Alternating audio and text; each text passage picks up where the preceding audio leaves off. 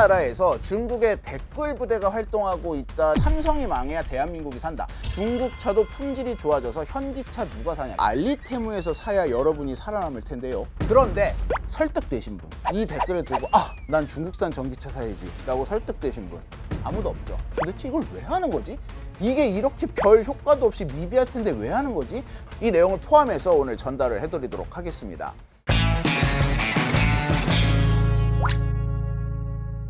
귀에 빡빡해는 이슈 맛집 귀의 빡종원입니다. 이번에 또 굉장히 사람들의 이목을 끄는 논문이 하나가 발표가 됐습니다. 카톨릭 관동대 경찰행정학과 연구팀이 발표한 논문인데 우리나라에서 중국의 댓글 부대가 활동하고 있다는 의심적인 정황을 발견했다라는 얘기예요. 중국의 댓글 부대가 우리나라에서 활동한다는 얘기 어제 오늘 일이 아니죠. 기존에 중국 댓글 부대가 활동했던 내용이 어떤 건지 혹시 알고 계세요? 아무튼 분열을 일으킨다 그런 내용은 들어봤던 것 같아요. 그죠? 우리나라뿐만 아니라 중국이 미국에서도 이게 굉장히 지금 큰 이슈고 연구가 되고 있고 경찰이 수사를 하는 바인데 중국이 기존에 알려졌던 댓글 부대가 주로 활동을 했던 영역은 정치, 사회 분야입니다. 정치 같은 경우는 특정 인물이나 정당을 뽑도록 사람들의 이 심리적 선동을 하는 역할을 한다. 사회 분야 같은 경우는 온갖 사회적 갈등을 부추기는 댓글을 계속 다는 거죠. 그런데 이번에 논문에서 나온 중국의 댓글 공작은 굉장히 좀 특이했습니다.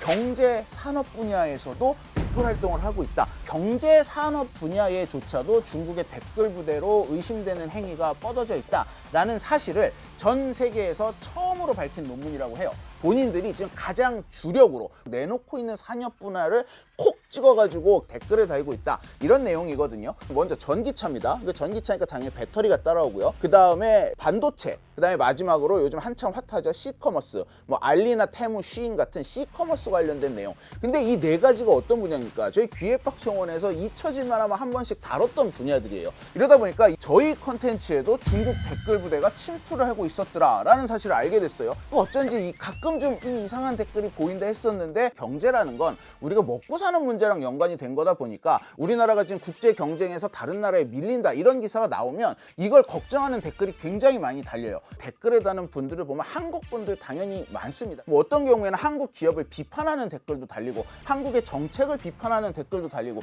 이건 너무나 당연한 얘기예요. 근데 이걸 전부 중국 사람이 했다고 할 수 있느냐? 할 수 없죠. 그래서 이 논문을 작성할 때 가장 중요하게 여겼던 건 이 둘을 분리해내는 과정이었다고 합니다. 이 댓글의 내용만 봐선 비슷하더라도 이걸 무턱대고 전부 다 중국인이 했습니다라고 할 수는 없잖아요. 연구진이 지난해 6월부터 올해 8월까지 한 1년 조금 넘는 기간을 산정을 해두고 기사 70가지를 뽑았다고 합니다. 어떻게 가려냈느냐? 일단 기본적으로 한국을 욕하고 중국을 찬양하는 내러티브를 가진 댓글을 다 골랐다고 합니다. 중국에 대해서 좀 더 우호적이고 한국에 대해서 좀 더 비난하는 톤의 그 댓글들 위주로 전수조사를 했습니다. 네이버 댓글 같은 경우는 댓글 이력을 볼 수 있잖아요. 처음 단 댓글부터 그 최신의 댓글까지 전부 파악을 해서 저희가 이 연구에서 이제 중점적으로 보고 있는 한국인이라고 보기는 좀 어렵고 중국인으로 볼 때 의심이 가는 어떤 기준에 맞는 사람들인지 여부를 확인을 했습니다. 그 결과 저희가 이제 70개 정도의 어떤 그 뉴스 샘플에서 약 120명 정도 되는 의심자들을 선별을 했고요. 그 중에 한 77개의 계정이 서로 네트워크로 연결이 돼 있다는 것을 확인할 수가 있었습니다. 그 정도 사람들이 단 댓글의 개수는 대략 얼마 정도 됐나요? 보통 수천 개에서 수만 개까지. 의심 가는 계정을 연 시기가 불과 한 2, 3년 전부터 시작하는 계정도 있고 더 오래된 계정도 있거든요. 근데 루틴하게 적게는 하루에 4개에서 많게는 11개에서 12개 그 이상의 댓글을 일정하게 매일매일 달더라고요. 그러니까 7일이면 7일을 거의 출근해서 도장 찍고 댓글을 달듯이 댓글을 달았어요. 연구자로서 보는 거기 때문에 굉장히 보수적으로 의심이 갈 수밖에 없는 카테고리에 들어간다라고 하는 사람들만 선별한 게 한 그 정도 숫자라고. 저희가 이제 진짜 전수조사를 마음먹고 한다 그러면 훨씬 더 많은 계정들을 더 찾을 가능성도 있다고 봅니다.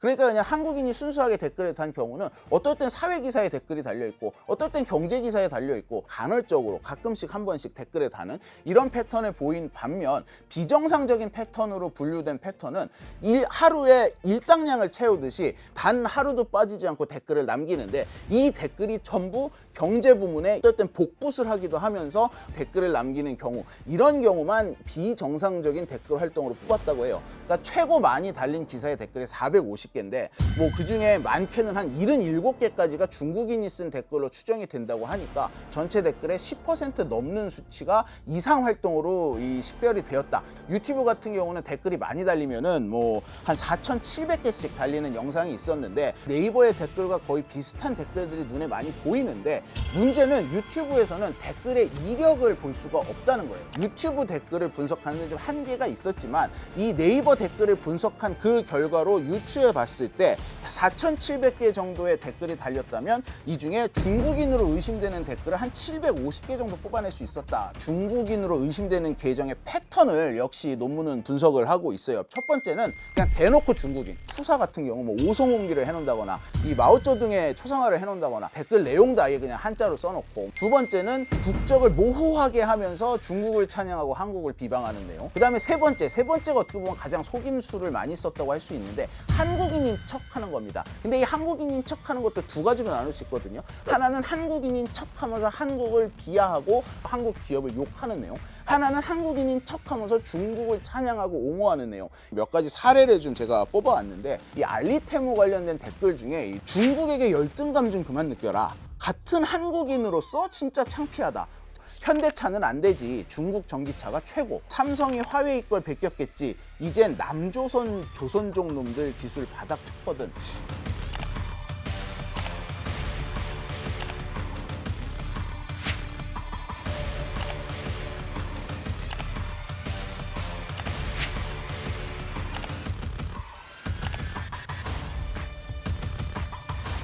제가 지금 이제 댓글 몇 개 읽어드렸잖아요. 이런 댓글을 10,000개를 달든 10만 개를 달든 한국 사람이 이거를 보고 나는 오늘부터 중국산을 써야지 라고 생각하는 사람은 사실상 많지 않아요. 이 부분이 경제산업 분야가 가지고 있는 댓글의 어떻게 보면 한계거든요. 도대체 이걸 왜 하는 거지? 별 효과도 없이 미비할 텐데 왜 하는 거지?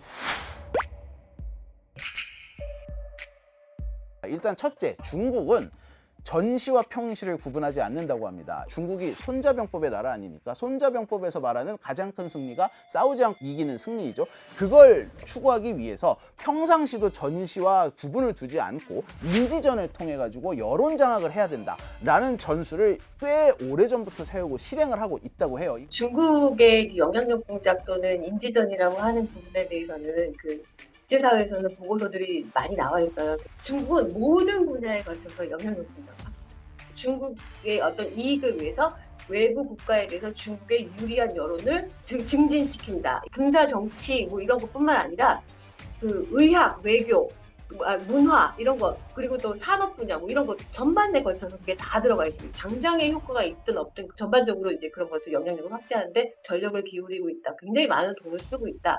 댓글 뭐 활동이나 이런 것들이 당장의 소비자의 인식을 바꾸지는 않는다 하더라도 장기적으로는 영향을 미칠 거라고 보면서 이렇게 활동을 하고 있다라고 보시면 되겠습니다.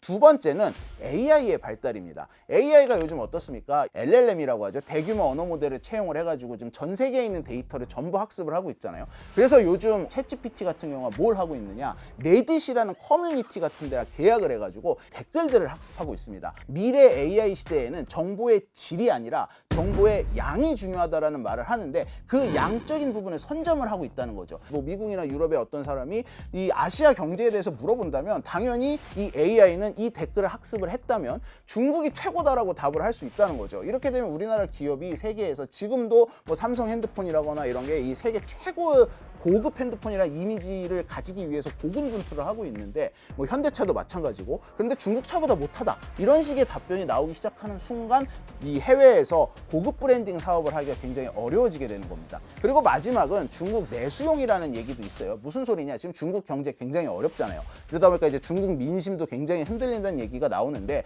중국의 이 언론은 거의 대부분이 관영입니다. 한국의 인터넷 여론을 퍼다가 소개하는 식의 기사를 쓰는 거죠.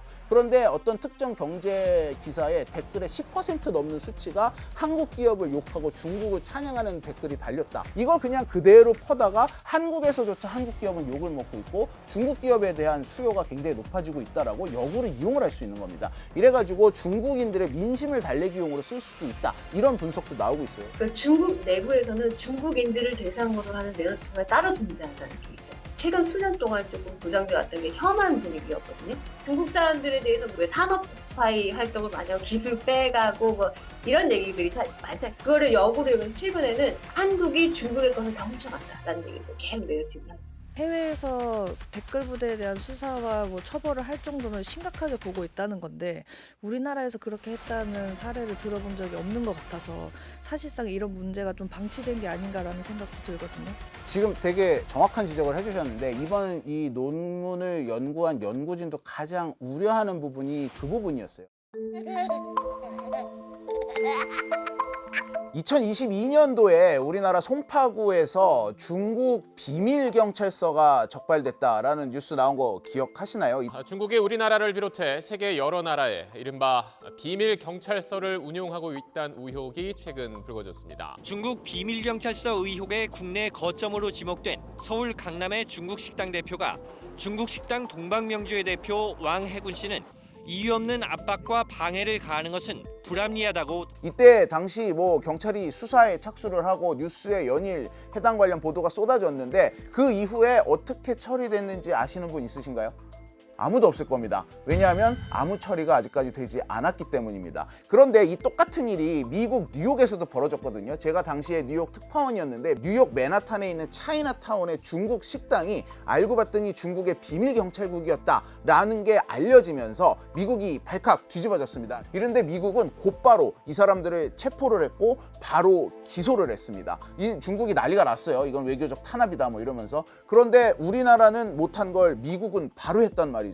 무슨 차이가 있었을까요? 이게 얼마 전에 우리나라의 수미 테리라고 전직 CIA 직원이 이제 한국계 여성이 체포가 됐잖아요. 그 이유는 뭐냐? 다른 나라를 대리했다. 우리나라와 미국은 혈맹 관계입니다. 미국에서 미국 정부의 허가를 받지 않고 다른 나라를 대리를 했다. 라고 했을 경우에는 그게 적성국이든 이 혈맹국이든 상관없이 위법사항이 되는 거예요.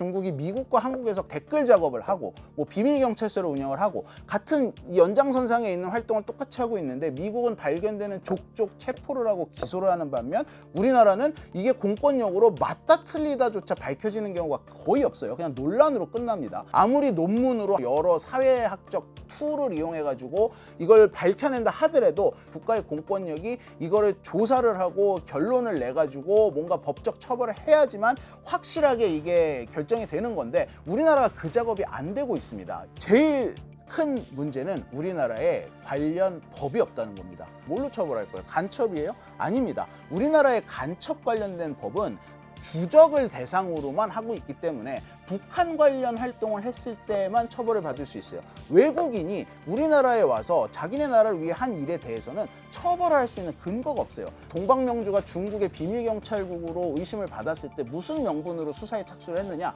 5개 광고법 위반, 식품위생법 위반 뭐 이런 걸로 수사를 착수를 했단 말이에요. 이 사람이 설사 여기서 중국 정부를 위한 활동을 비밀리에 했다고 해도 중국은 우리나라와 이 수교를 한 국가이기 때문에 중국 관련 활동을 한 걸 가지고 처벌할 수 있는 법안이 우리나라에 없습니다. 중국 사람이 우리나라에서 댓글을 다는데 이걸 무슨 혐의로 처벌을 할 거예요? 처벌할 수가 없어요. 이 중국이 산업 분야에 있어서는 이 자기네가 밀고 있는 이 산업이 한국과 정말 경쟁 상태에 있는 관계도 많잖아요. 이래가지고 집중적으로 이런 댓글 작업을 하고 있는 정황이 곳곳에서 발견이 돼도 여전히 우리는 이걸 정황이라고밖에 부를 수가 없고 국가적으로 이게 밝혀지는 게 거의 없는 상태다. 실제로 이제 미국의 대선 개입 같은 경우는 여러 가지 의혹이 제기가 되면서 FBI가 개입해서 수사를 해서 러시아의 개입, 정부의 개입이라고 결론을 내렸거든요. 중요한 거는 그런 게 일어났다는 것을 미국 사람들이 인식을 하자.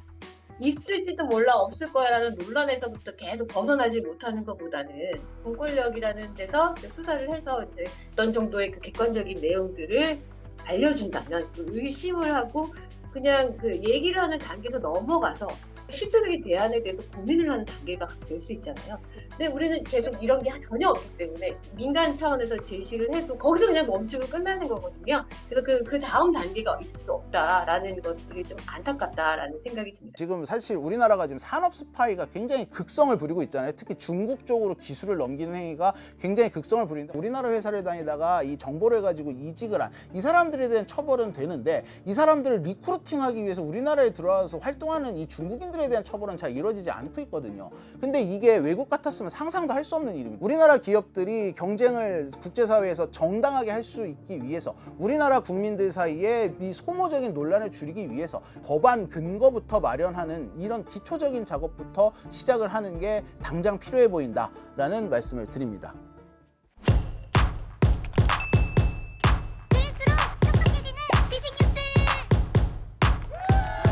고양이를 부탁해는 여기까지입니다.